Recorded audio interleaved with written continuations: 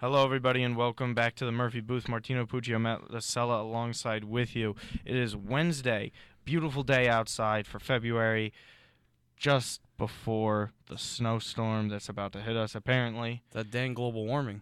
57 Climate change. Climate change, global warming, it's all the same. Yeah. 57, Whatever. sunny, nice little breeze, and then tomorrow, like 5 to 7, 6 to 10 inches, supposedly, something like that. Who knows? Well, who knows? Weather's always changing, so is everyone's opinion on who the number one overall pick in the NBA draft this coming June should be. Nice. So we're going to be analyzing. It was a good one. You like that? That was a nice segue. like That's one that of your better ones. Good stuff. That is. I'm not really that good with them, but I'm No, going to but they take practice. That's a pretty good one. That was a pretty good one. Cool. So, anyways, like we were saying, we're going to be analyzing, obviously, I think it's almost a consensus now. It's them two. It's Lonzo Ball and Markelle Fultz as the number one overall pick prospects for this coming NBA draft. I mean, Josh Jackson's kind of around the outside. There's Dennis Smith Jr., Tatum, but and Malik Monk. There's not that much consideration for them for the number one overall pick. You're only hearing Ball or Fultz. Right. We keep hearing superstars destined for the both of them. Yeah. Okay, so for this one, we're going to be doing what we usually did last year when we're just pretty much not just analyzing their game for themselves and how they're going to project for the next level, but what makes them so great as prospects. And I think the one thing that they both have in common, and we were just talking about it to Kevin Walsh, who was just in here just before. You could listen to him, follow his NFL mock drafts. He just uploaded that the other day. But the thing that they have in common that's really amazing, and we were talking about it, was their size. Both of their size. Lonzo's a 6'6" point guard, one of the bigger guards to come out in a long time. Yeah, it's been a lot of small guards. Yeah, I mean, we're seeing a trend of undersized guards in the NBA too. I mean, Avery Bradley and Isaiah Thomas are one of the smaller backcourts, 5'9" and 6'2" respectively. Even Steph is a smaller one. We're seeing smaller players at each position. Really, like how even the All-Star game now, it's really like a stretch. 2 4s and no center starting. It's kind of just it's way more of an athletic league than a skill set league. It's the way it's been going. It's sort of positionless, but I think almost everyone can guarantee you that Lonzo and Markelle are facilitators. Yeah. More so, Lonzo is more of a facilitator, pass first kind of guard, whereas Markelle is the scoring guard, and he's a fantastic at scoring. He could pull up off of screens. He could spot up, shoot as well, but he's better off the dribble for sure. He could really drive the ball. His finishing was fantastic. One of his first games earlier in the year, if you guys get a chance to see it, Frankie Vision is one of the channels that you could see. Vision's great. Is a great channel where you could see all the videos of the prospects, like Lonzo Ball, the top college players in the country, and their highlights individually from each game. And Markelle is just fantastic at finishing at the basket. He's really good with. I was gonna say he's good at finishing both hands at the basket. Something I really noticed. Decision making is good. We know the lack of talent on Washington is actually scary. It's even worse than Ben Simmons had last year at LSU. At least he had Tim Quarterman. It was something, and he played in a better conference. I mean, SEC's it's debatable whether or not how good you think the conference is. But despite that. Markelle doesn't have the same amount of help as as Lonzo does. Right. His measurements very unique. 6'10" wingspan. Yeah. Incredible for a guard. Yeah. So he could clearly, not only is he able to guard probably both positions at the next level, 6'4". Yeah, he's a really good rebounder. He's blocking a lot of shots too at his rate for a guard. Interesting thing High here. motor. Yeah. He's all over. He makes a lot of plays on both ends of the floor. He's got a Robbie Cano kind of vibe to him. As an extremely talented, you think he's acting lazy, but he's just not. It's just the way he plays. But my question to you is, say Boston Celtics get the number one pick, right? Who are you taking here, and why? I think it has to be Fultz. And how does he fit into this team too? I think he fits very well because as far as at the 2 and 3, especially because obviously you have Crowder and you have Bradley, two defensive-minded guys, and Fultz even is a scorer. Jaylen Brown has been playing the 2 since Avery Bradley's been out. Right, and Fultz is going to be a scorer, and he contributes to both sides of the ball, as we've seen. But clearly his niche is going to be scoring. You already have Isaiah, so going with Ball doesn't necessarily help you too much unless you were going to use it later on for something. Because the underrated part here, though, too, that I think people are forgetting if the Celtics were to get this first pick, I think it is a no-brainer, too, with Markelle. Because for the simple fact that the Celtics still need another scorer. There has to be another scorer out of the backcourt. Thomas has taken whatever he's at now, 20 plus shots. 29 points a game, yeah. 29 points a game. He's taking a lot of shots, but he's taken the vast majority of the shots out of the backcourt, and there has to be somewhere else to split it off.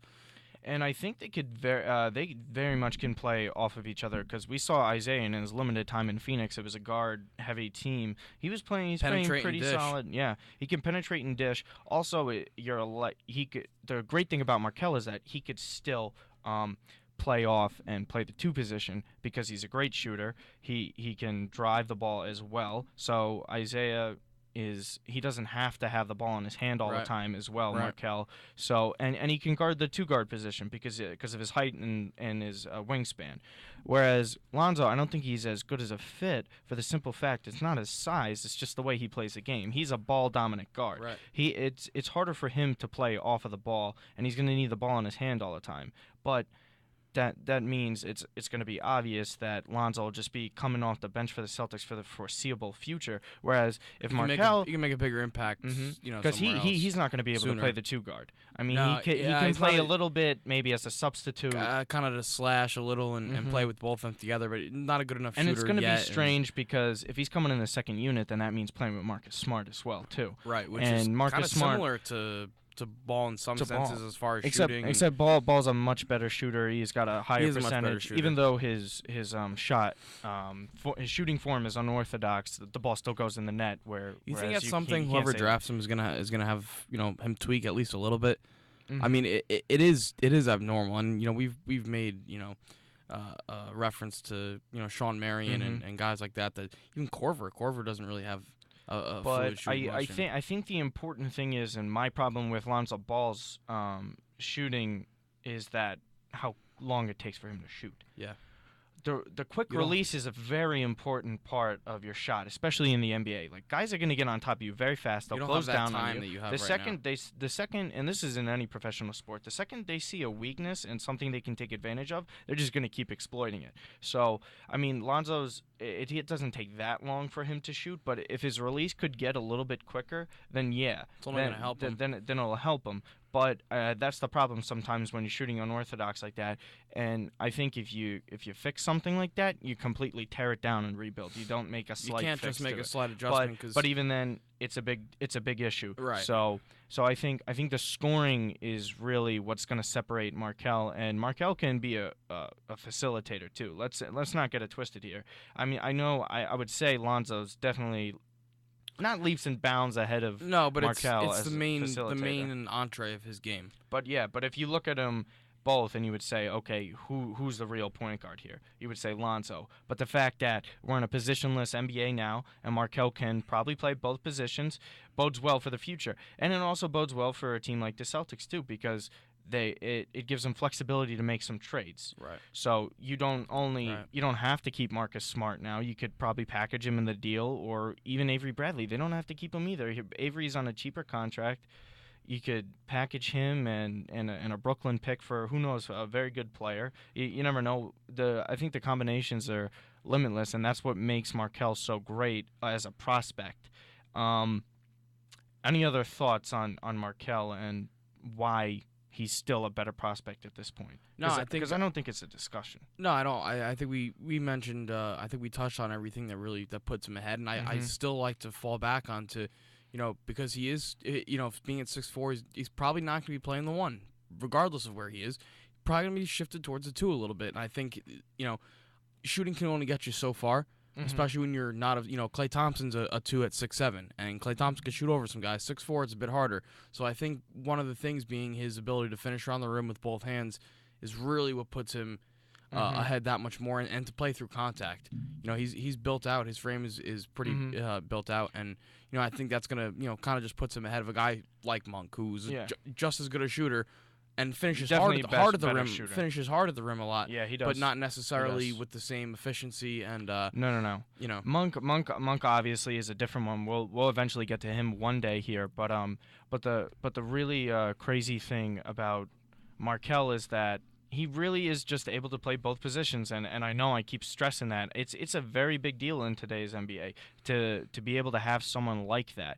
You know, one guy goes down, he's a one trick pony kind of guy like Marcus Smart. Marcus Smart can never play shooting guard. So if you have someone like Markelle who could play the point or the two, then that's someone you have to go with. And Lonzo also his frame. He's got to fill out too. He's a little lanky. He's a little skinny.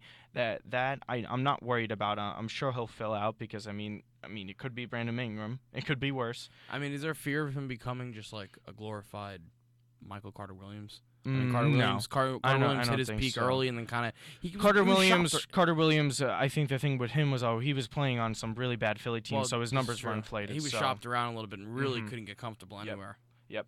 So, anyways, we're going to wrap it up right there. The consensus between me and Matt is that Markelle Fultz is the number one prospect, should be the number one overall pick in the NBA draft this coming June, no matter who has the pick. Lonzo Ball right there, unless there's going to be some crazy improvements that he adds to his game between now and the draft and draft day, it's likely that they'll be going 1 and 2 with Josh Jackson looking on the outside. Maybe, who knows, depending.